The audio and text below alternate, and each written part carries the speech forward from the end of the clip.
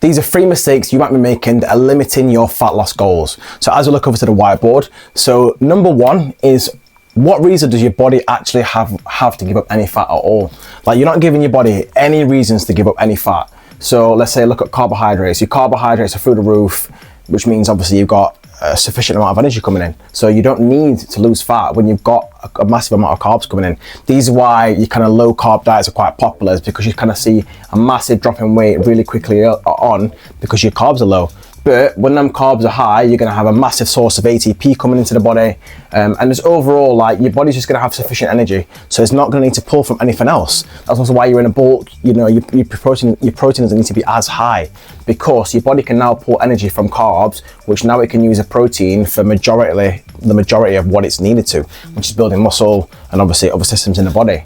And again, back onto protein, low protein. Like, when you're in a fat loss phase, you know, you're not going to retain any muscle, but also you're going to be eating into muscle because your protein's low. And if you're not training as well, that's going to make it even worse.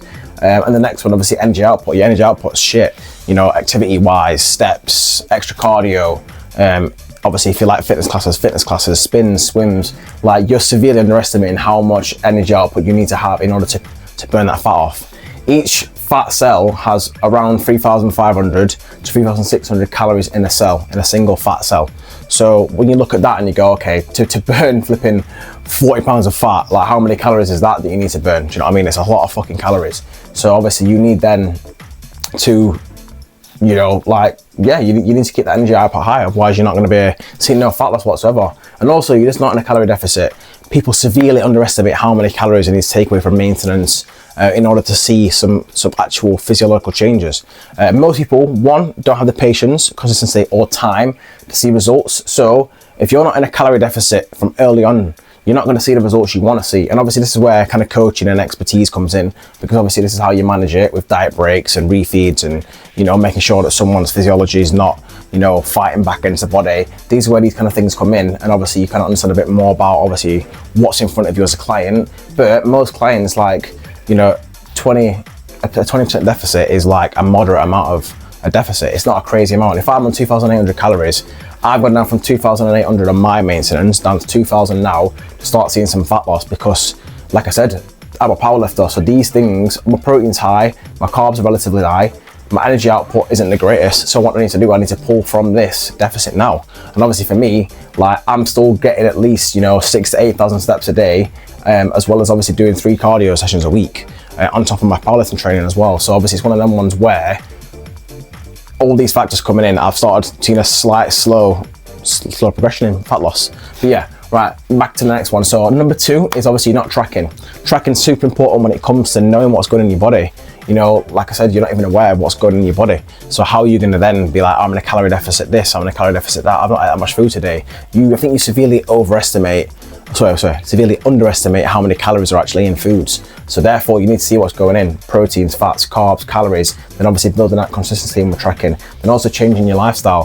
When you know how much fucking calories can go in just from one flipping snack or, you know, one meal, like, you're really hyper aware of where your calories are coming from. And that's how, you know, people who are in shape stay shape year round, is because they know how many fucking calories can go in one thing. So then when we have cheat days or add things in like that, they know, like, they've planned for it, diet breaks or, you know, sort of cheat meals. But most people who are in shape, they overestimate how many calories are in things, because they know if you underestimate it, how fucking detrimental that is to your progress. The next one, number 3, is underestimating the amount of effort and time it's going to take to shift fat.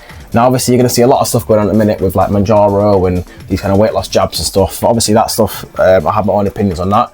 But what it's doing is, it's doing this, you know, the calorie deficit, the main thing. Like, these weight loss jabs, they're not special in terms of they're not changing anything physiology. Well, they are, but, like, they're not changing, like, the way you lose fat. It's just you're not eating as much food. So therefore, you're going to fucking lose fat, aren't you? Because you're not got as much food you've got in your body.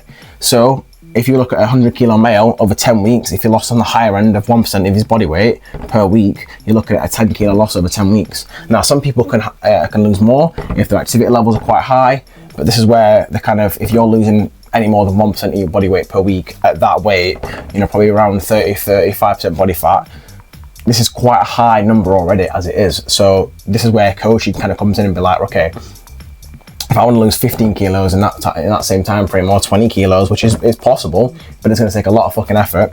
These are where things like diet breaks, or letting your body rest, or good sleep, training systems, all them things kind of come in and work, because otherwise you burn yourself out. 10 kilos is still a pretty high number. You know, I'd be looking between 5 and 7 kilos for somebody who's around 100 kilos. So obviously, therefore, you need to see a bit more of a shift. But yeah, they're the 3 kind of tips or mistakes that are killing your fat loss gains. So obviously, like I said, go over this video, learn a few things in terms of why your body's not doing what you need it to do, why tracking's important, and obviously underestimating the amount of effort and time it's going to take to shift that fat. But yeah, that's the video there. Thank you for watching, and take care.